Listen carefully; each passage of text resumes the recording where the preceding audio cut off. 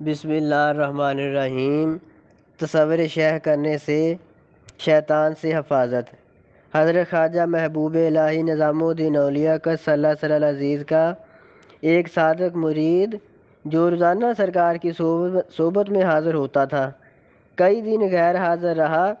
آپ پر اس کی حالت کا انکشاف ہوا تو آپ نے ایک دوسرے مرید سے فرمایا کہ تمہارا پیر بھائی آج کل نہیں آ رہا، کیا وجہ ہے؟ دریافت کرنا۔ وہ مرید اپنے اس پیر بھائی کے گھر گیا اور پوچھا کہ کیا بات ہے، آپ پیر و مرشد کی زیارت کے لیے نہیں آتے؟ وہ کہنے لگا، مجھے اب پیر و مرشد کی زیارت کی ضرورت نہیں رہی، میرے مراتب بہت بلند ہو گئے ہیں۔ روزانہ جبرائیل علیہ السلام براق لے کر حاضر ہوتے ہیں اور مجھے لے جا کر جنت کی سیر کرواتے ہیں۔ اس مرید نے واپس آ کر خواجہ صاحب کی خدمت میں سارا ماجرا کہہ سنایا۔ آپ نے فرمایا، اسے کہنا آج جب وہ جنت کی سیر کو جائے تو سیر کرتے ہوئے ہمارا تصور کرے۔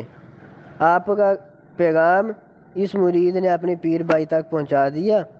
وہ سن کر کہنے لگا کہ ٹھیک ہے، اس میں نقصان کی کوئی بات نہیں، میں تصور شیخ ضرور کروں گا۔ روزانہ کی طرح اس رات بھی جبرائیل آئے اور براق پر سوار کر کے جنت میں لے گئے۔ سیر شروع ہوگی، سیر کرتے اسے خواجہ صاحب کا فرمان یاد آ گیا۔ اس نے تصور شیخ شروع کیا۔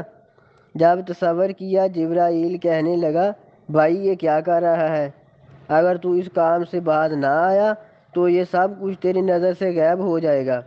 اس مرید نے تصور شیخ نہ چھوڑا۔ چند منٹوں میں کیا دیکھتا ہے کہ نہ وہاں جنت ہے نہ براق ہے۔ جو جبرائیل بن کر دھوکہ دے رہا تھا وہ شیطان تھا، وہ بھی بھاگ گیا۔ اب وہ جنگل میں اکیلا کھڑا تھا اور شہر سے کافی دور۔ پیدل چل کر خواجہ صاحب کی بارگاہ میں حاضر ہوا، بہت شرمسار تھا۔ قدم بوسی کے بعد عرض کی کہ سرکار، مجھے شیطان نے گمراہ کر دیا تھا۔ آپ نے شفقت فرمائی اور فرمایا، شیطان سے حفاظت تصور شیخ کے بغیر ناممکن ہے۔ نبی علیہ السلام کی احادیث مبارکہ کا مطلب بھی صاف ظاہر ہے کہ جس کا کوئی شیخ نہیں، اس کا شیخ شیطان ہے۔ بہو سلطان صاحب فرماتے ہیں، ظاہر ویکھاں جانی تئیں نالے دسے اندر سینے ہو، ہجر دی ماری میں پھراں مینوں ہسن لوگ نبینے ہو، میں دل وچوں ہے شوہا پایا لوگ جاون مکے مدینے ہو، کہ فقیر میراں دا باہو سب دلاں دے وچ خزینے ہو۔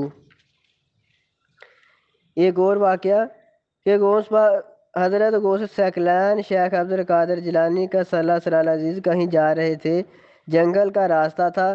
آپ کو بہت زبردست پیاس محسوس ہوئی۔ آپ کیا دیکھتے ہیں کہ ایک دم آسمان پر بادل چھائے اور بارش ہو گئی۔ آپ نے پانی پیا اور اپنے رب کا شکر ادا کیا۔ اس کے بعد آسمان پر ایک سنہری تخت نمودار ہوا اور اس پر ایک نورانی صورت ظاہر ہوئی۔ اس نورانی صورت نے آواز دی، اے عبد القادر، میں تمہارا رب ہوں اور میں آپ سے بہت خوش ہوں۔ آپ بھی بہت خوش ہوئے کہ معراج ہو گئی۔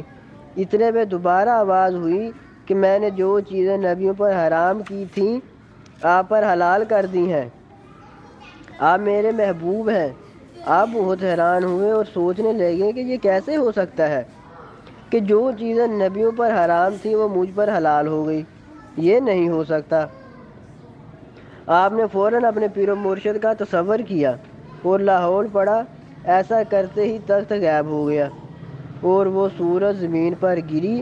وہ شیطان تھا، بھاگتا ہوا کہنے لگا، اے عبد القادر، میں نے اس مقام سے 70 ولیوں کو گرایا ہے، آج تو اپنے علم کی وجہ سے مجھ سے بچ گیا۔ یہ شیطان کا دوسرا حملہ تھا کہ آپ میں علم کا تکبر پیدا ہو جائے کہ میں اپنے علم کی وجہ سے بچ گیا ہوں۔ آپ نے فرمایا، ملعون، میں اب بھی تجھ سے ڈرتا ہوں۔ میں اپنے علم سے نہیں بلکہ اپنے پیر و مرشد کے کرم اور اللہ تعالیٰ کی رحمت سے بچا ہوں۔ اس طرح بڑے بڑے کاملین کو شیطان دھوکہ دینے کی کوشش میں رہتا ہے، وہ بھی اپنے مرشد کے تصور سے ہی اس سے محفوظ رہتے ہیں۔ شیطان سے حفاظت کا یہی ایک ہتھیار ہے۔ تصور شیخ سب بزرگان دین کا اس پر عمل رہا ہے۔ ایک اور واقعہ، دہلی سے باہر حضرت خواجہ محبوب الہی نظام الدین اولیاء کا صلی عزیز کے ایک مرید رہتے تھے، حافظ قرآن تھے اور اچھے پڑھے لکھے آدمی تھے۔